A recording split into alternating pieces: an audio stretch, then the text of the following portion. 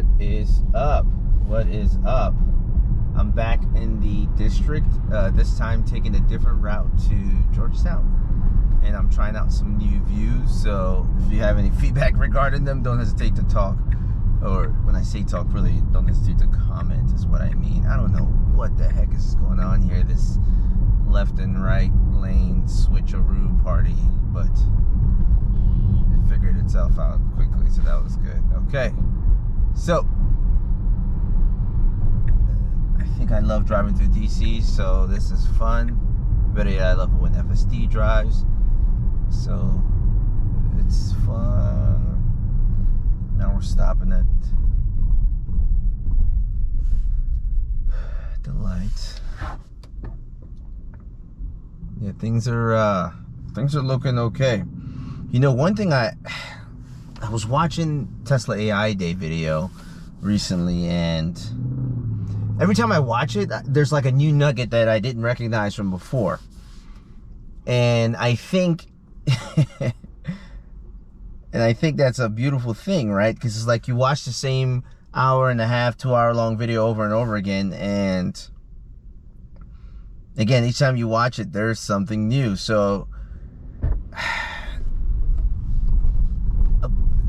in the world of machine learning, right, we have different ways of creating models. And for the first time, I noticed that, ooh, that was close. Tesla mentioned reinforcement learning as their way ahead,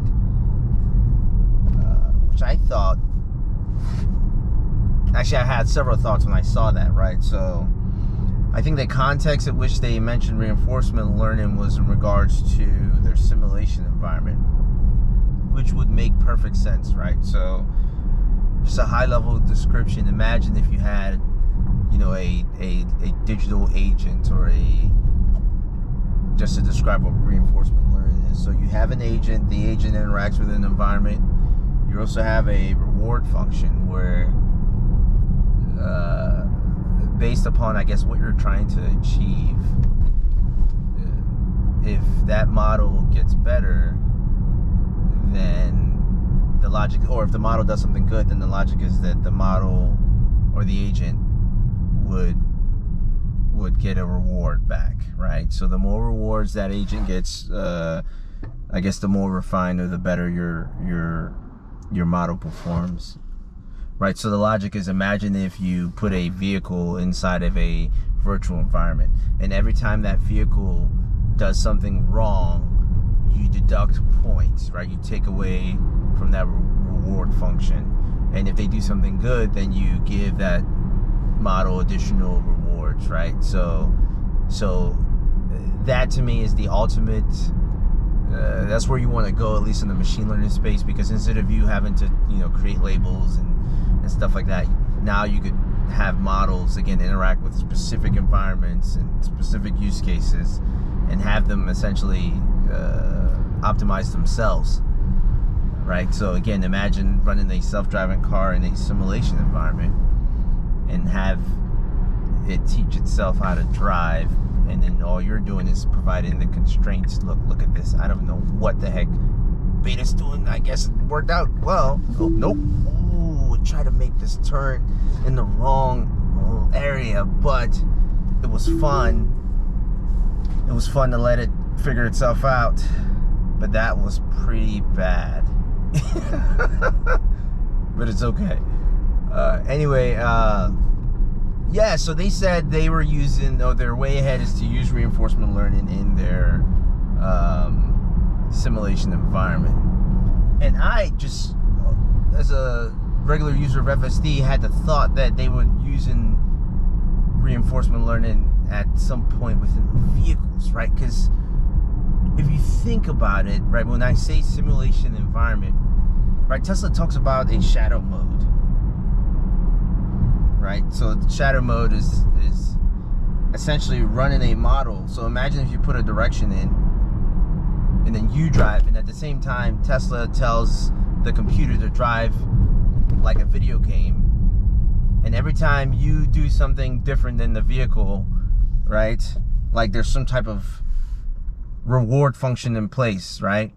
So sorry, every time the computer does something good or does the same thing you do, then there is a reward given to the model, or in this case the self-driving agent, or the engine, right, or the digital version of the vehicle.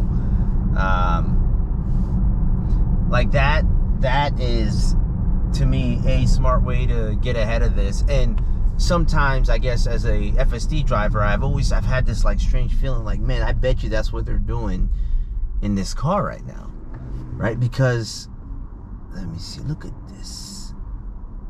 Yeah, because sometimes it just seems like the beta is getting better, which makes no sense, right? Because this is a game of inputs versus outputs, right? Where the inputs are video, or right, video frames. So I'm gonna take over here because I think whatever it's telling me to do is not the most efficient route, and I'm going to do what I think is the most efficient route, and I'm probably wrong. But let's see, because I've succumbed to the age of GPS.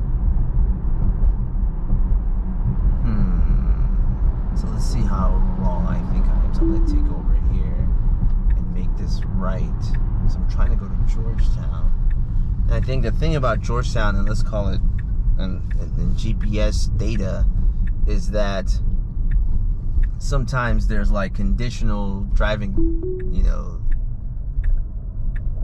stuff. So let's see. So there's a stop sign here. So what does that mean? So sometimes like there's time-based controls where like at 7 a.m. you can't do certain things on certain roads, or certain roads are closed. But here we're at a stop sign, the vehicle creeps forward to check, and then I'm gonna just take over and do what I know is right, which is this. But that was fun to let it try to figure it out. Okay, so I beat the logical computer world. Okay. So now the navigation thinks I'm on the top, but somehow stopped on the stop sign, which is beautiful, which means that it's not necessarily just using GPS. It is using vision to do navigation. Tough. Here's another interesting scenario. 4-way stop sign. Perfect. The question is now, will it get to the left? I'm just gonna signal for it so that it doesn't make a mistake. Woo! FSD Partey. Okay. Now in front of us is a pretty tight, right? And it does what it needs to do to get us where we need to be. But again, when I look at the navigation map, I don't see the right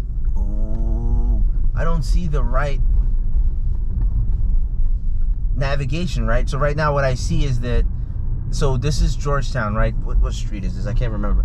Why? So it thinks I'm on the road on top, right? So I'm gonna point real quick. So on the top there's like a road, but I'm actually at the bottom where there's stop signs and stuff. It's stopping at the stop signs because there's no stop signs on that major highway that's on the top. So what's beautiful about this is the machine is using a mixture of computer vision and maps, right? Oh, and it's just going. Except for that, but it's just going. Wow. This is exciting. Ladies and gentlemen, this is the partial future that we sought, right? The vehicle is driving and navigating through and overcoming friction. Even though on the map it shows the wrong path, it is navigating appropriately using purely computer vision. That is exciting.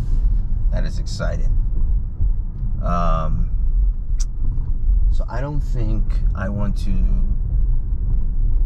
kind of overcome what's happening right now, because the path where I was actually trying to go, it didn't take me, but I let it just kind of do whatever it thought it was doing. And I think I've learned a lot in this process. So now what I'm going to do is I'm going to achieve my true objective, which is to get some coffee. So all that means for me is I'm going to stop recording now. Thank you so much for joining me. And then I'm going to navigate actually to